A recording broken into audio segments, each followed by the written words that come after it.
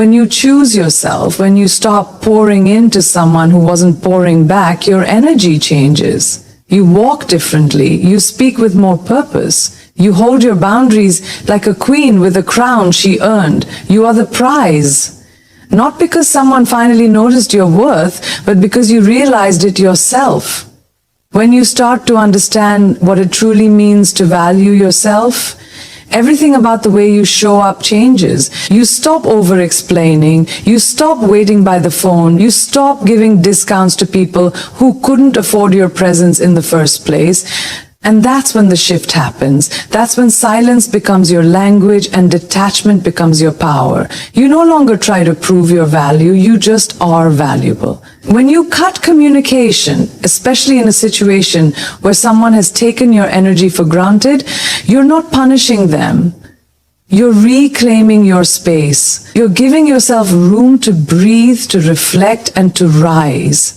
And in that rise, in that beautiful isolation, something happens. You start seeing yourself not through the lens of how they treated you, but through your own. You realize that you're not someone waiting to be chosen. You're someone who already is the choice. And when a man walks away, when he disappears, thinking you'll wait, hoping you'll reach out, and you don't, that does something to him. At first, maybe it feeds his ego. He thinks he has power. But time has a funny way of revealing truth. Days go by, then weeks, then a month, and you, instead of crumbling, start glowing.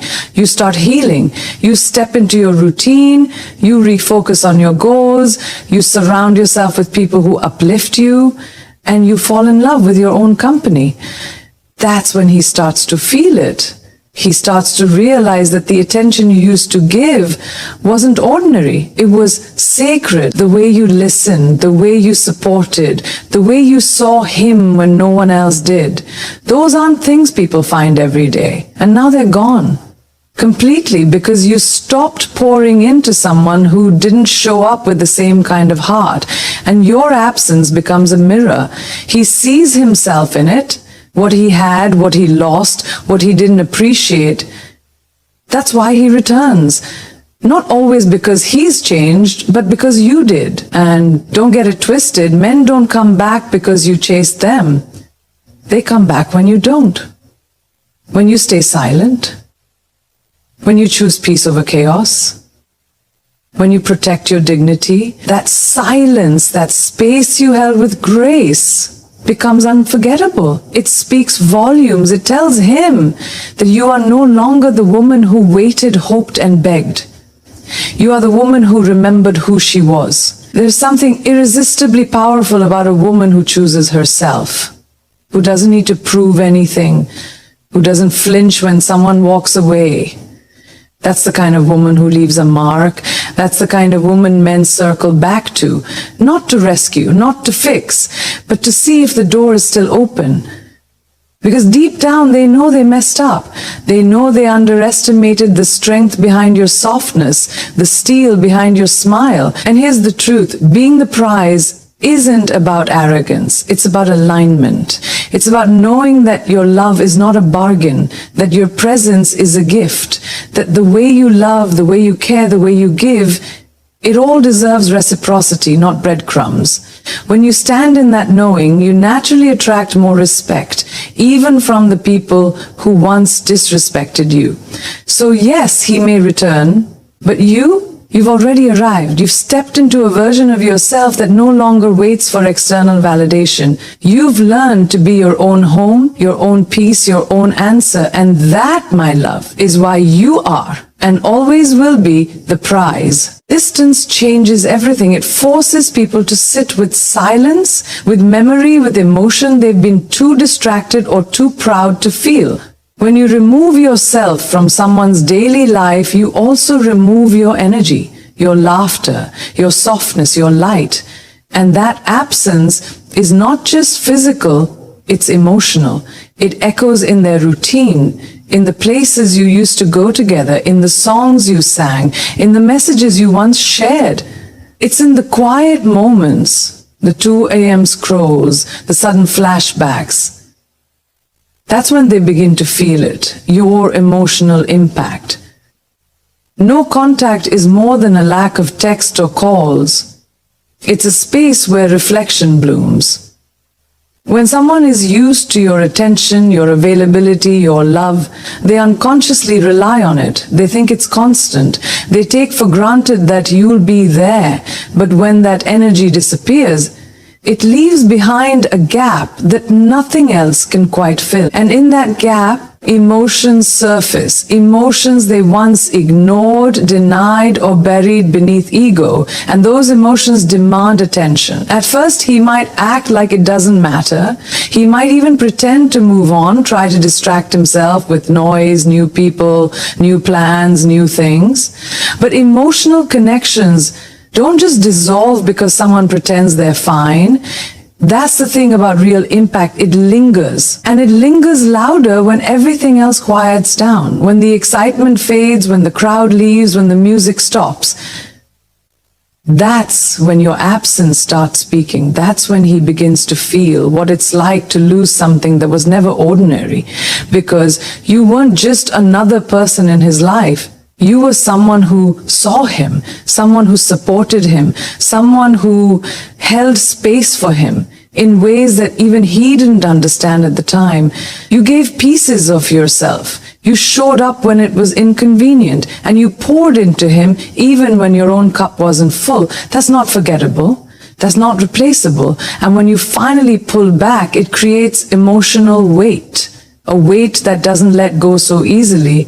That's why they return. Not always because they're in love, not always because they've changed, but because they feel the void. The emotional space you once occupied is now empty, and that emptiness is loud. It's uncomfortable. It confronts them. It makes them look at themselves and ask questions they've avoided. Why did I lose her? What did I do?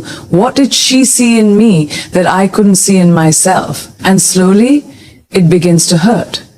Because while you were gone, you were healing. While he was trying to forget, you were rebuilding. And that rebuilding made you stronger. It gave you clarity. It helped you recognize the emotional weight you were carrying for two, and you decided to set it down.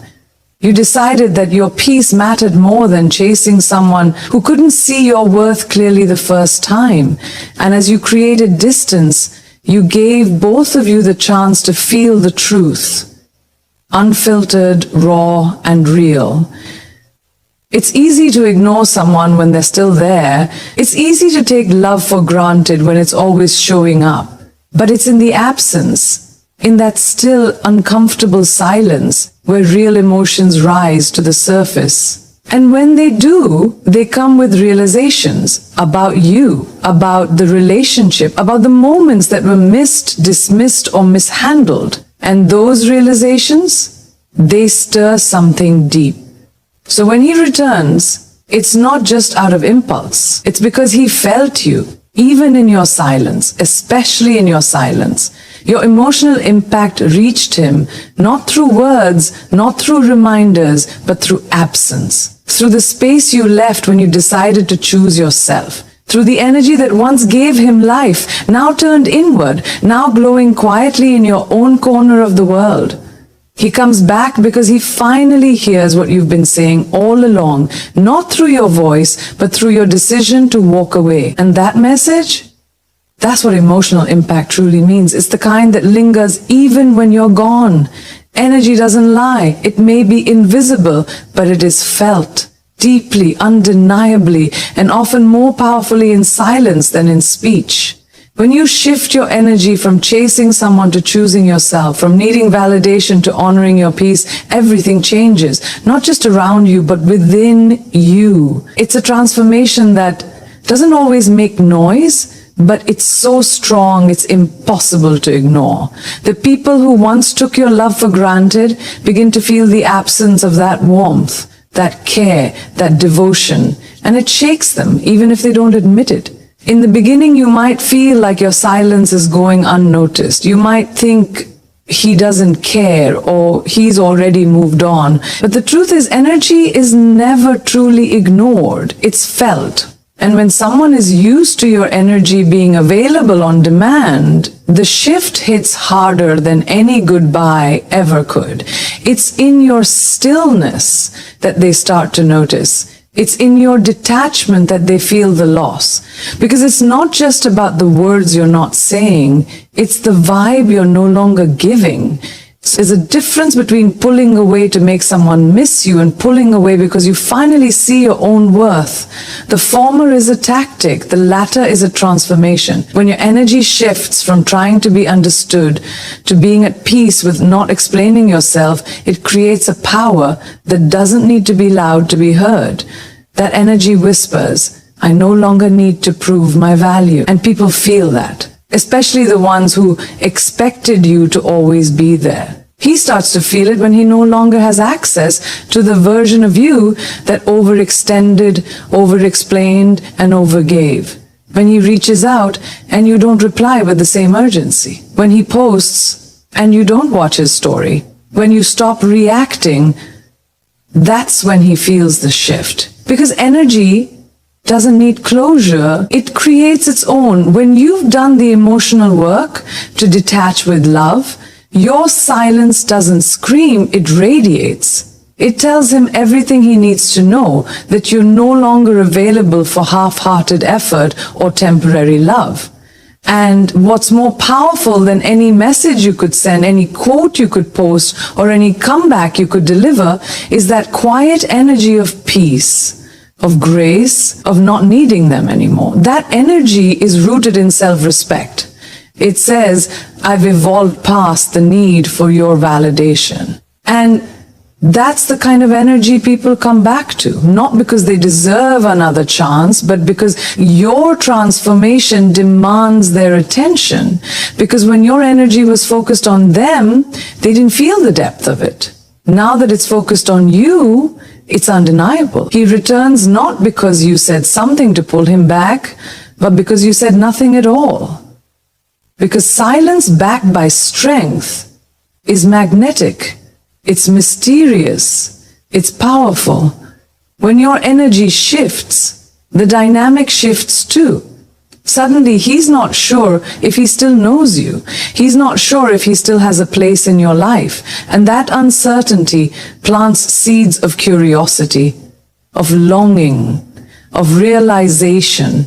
He starts to wonder what changed and why he's not a part of your glow anymore. And the truth is, you simply stopped shining your light in his direction and started shining it inward.